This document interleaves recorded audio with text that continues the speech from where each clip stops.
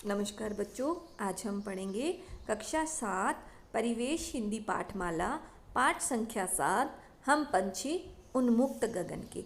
प्रस्तुत कविता में कवि ने पिंजरे में बंद पंछी के माध्यम से गुलामी की पीड़ा का वर्णन किया है। पंछी क्या कहते हैं? हम जो पक्षी हैं वो स्वतंत्र गगन में उड़ने वाले हैं, अर्थात हमें पिंजरे में बंद करके आपको क्या हासिल होगा। और इस कविता में उन्होंने बताया कि पक्षी को भी स्वतंत्रता उतनी ही प्रिय है। कवि कह रहे हैं कि पक्षी को भी अपनी स्वतंत्रता उतनी ही प्रिय है कि जिस प्रकार अगर हमें पिंजरे में बंद कर दिया जाए तो हम कैसा महसूस करेंगे, बड़े दुखी हो जाएंगे। उसी तरह से जो पक्षी हैं वो भी पिंजरे में रहना पसंद नहीं करते, अर्थात वो स्वतंत्र आसमान में उड़ना चाहते हैं।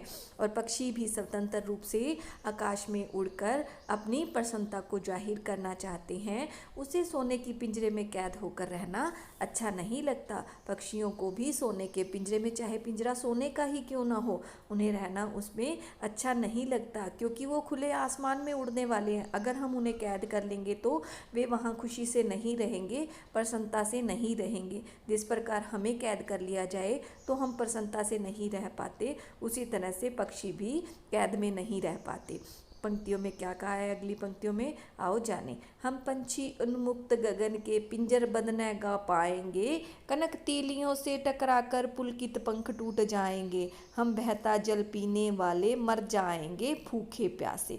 इन पंक्तियों के माध्यम से कवि ने क्या कहा है कि हम पंछी उन्मुक्त गगन के, पक्षी क्या कहते हैं कि हम स्वतंत्र आसमान में उड़ने वाले हैं। उन्मुक्त का अर्थ होता है स्वतंत्र, कि हम जो स्वतंत्र आसमान में उड़ने वाले हैं, पिंजरे में रहकर हम बिल्कुल नहीं गा पाएंगे। क्योंकि उन्होंने कहा है कि ना, अगर हम उन्हें कैद कर लेंगे तो वो दुखी हो जाएंगे और वो अपनी प्रसन्नता को जाहिर नहीं कर पाएंगे। तो वो कहते हैं कि कनक तीलियों से टकराकर पुलकित पंख टूट जाएंगे। कनक तीलियां अर्थात जो पिंजरे की तारें होती हैं, जैसे लोहे की तार होती है उसकी, या दूसरे रंग का अगर पिंजरा है तो उसकी वैसी तारें होंगी। तो वो कहते हैं कि उन तारों से वो टकराकर उनके जो पंख हैं, पुलकित पंख, जो खुशी से जब वो उड़ते हैं तो खुशी से वो मतलब स्वतंत्रता का अनुभव करते हैं। तो उसी तरह से वो कहते हैं कि अगर हम पिंजरे में रहेंगे तो हमारे जो पुलकित पंख हैं वो टूट जाएंगे, मर जाएंगे। हम बहता जल पीने वाले मर जाएंगे भूखे प्यासे। वो कहते हैं कि हम तो बहता हुआ जल पीने वाले हैं। वो कह रहे हैं ना कि पक्षी कहीं से भी पानी पी लेते हैं जहाँ पे बहता हुआ जल उन्हें मिलता है। मर जाएंगे भूखे प्यासे, कि पिंजरे में रहकर हम भूखे प्यासे मर जाएंगे। क्योंकि पिंजरे में, छोटा सा पिंजरा है, उसमें उनको थोड़ी सी खाना डाल दिया जाता है और थोड़ा सा पानी रख लिया जाता है। तो वो क्या कह रहे हैं, पक्षी कह रहे हैं कि अगर हमें पिंजरे में बंद करके रखोगे तो हम तो क्या है, बहता हुआ पानी पीने वाले हैं, और हम तो वहाँ पे भूखे प्यासे ही मर जाएंगे। अगली पंक्तियों में क्या कहा है कि कहीं भली है कटुक निबोरी कनक कटोरी की मैदा से, स्वर्ण श्रृंखला के बंधन में अपनी गति उड़ान सब भूले, बस सपनों में देख रहे हैं तरु की फगनी पर के झूले। वो क्या कहते हैं कि कहीं भली है कटुक निबोरी। वो कहते हैं कि जैसे वो पेड़ पे बैठते थे तो वहाँ की निबोलियाँ नहीं होती, जो थोड़ी थोड़ी कोड़ी होती है, नीम की निबोलियाँ होती हैं। तो वो कहते हैं नीम का फल जिसको बोला जाता है, तो वो कहते हैं कि वो जो नीम का फल है, कहते कि हमें तो वही अच्छा लगता था, चाहे वो कड़वा ही क्यों न था। कनक कटोरी की मैदा से, कि आपने हमें छोटी छोटी कटोरियों में जो भोजन डाल दिया है वो हमें अच्छा नहीं लगता है, हमें तो अपनी नीम का फल ही अच्छा लगता था और निबोरियाँ ही अच्छी लगती थी। स्वर्ण श्रृंखला के बंधन में अपनी गति उड़ान सब भूले, कि हम सोने की श्रृंखला वाले बंधन में, अर्थात सोने के पिंजरे में, सोने के रंग वाले पिंजरे में, वो कहते कि हमें बांध कर आपने रख दिया है, जिससे कि हम अपनी गति, अपनी उड़ान सब कुछ भूल गए हैं। क्योंकि वो पिंजरे में उड़ नहीं सकता और खुले आसमान में पक्षी उड़ना चाहते हैं। तो वो कह रहे हैं कि हम उस छोटे से पिंजरे में बंद होकर रह गए हैं, हम अपनी गति और उड़ान सब कुछ भूल गए हैं। बस सपनों में देख रहे हैं तरु की फगनी कर पर के झूले। वो कहते हैं कि हम तो सिर्फ सपनों में ही देख रहे हैं तरु की फगनी। तरु की फगनी मतलब पेड़ों के जो झूले हैं वो हम मतलब सपने में ही देख रहे हैं, क्योंकि अब बाहर तो निकल नहीं सकते।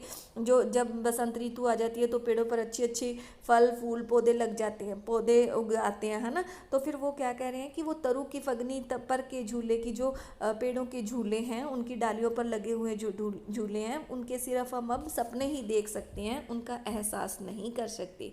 आगे क्या कहा है, ऐसे थे आसमान की उड़ते नीले नभ की सीमा पाने, लाल किरण सी चोंच खोल चुगते तारक अनार के दाने। तो वो क्या कहता है, ऐसे थे आसमान में उड़ते। आगे उन्होंने क्या कहा है कि आसमान में हम लोग क्या करते थे, ऐसे उड़ते थे कि नीले नभ की सीमा पाने की, ये आसमान कितना बड़ा है, कहते कि हम उसकी सीमा मतलब अंत तक जाना चाहते थे।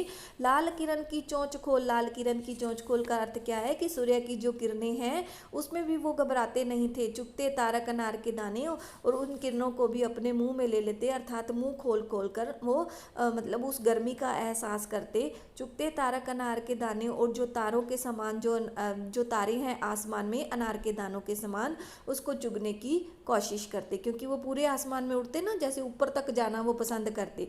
तो आगे क्या कहा है, इन पंखों की होड़ा हाड़ी या तो क्षितिज मिलन बन जाता, या तरनी सांसों की डोरी नीड़ न दो चाहे टहनी का, आशिया छिन्न भिन्न कर डालो, लेकिन पंख दिए हैं तो आकुल उड़ान में विघन न डालो।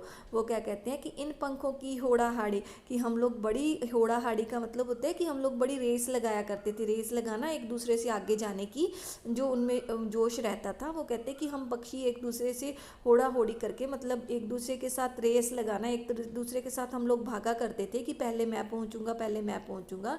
या तो क्षितिज मिलन बन डाला, वो कहते हैं कि आसमान जो है, क्षितिज है जो, क्षितिज का अर्थ होता है जहाँ धरती आकाश मिलते हो, मतलब ऐसी जगह जहाँ पे धरती और आकाश मिलते हो, ऐसी दिशा जिसको बोला है। तो उन्होंने कहा कि हम उस क्षितिज तक पहुँचना चाहते थे कि न तरनी सांसों की डोरी नीड़ न दो चाहे टहनी का। वो कहते कि जो हमारी सांसों की डोरी है फूल जाया करती थी, मतलब हम उड़ते रहते तो हमारी सांसों की डोरी भी फूल जाया करती थी।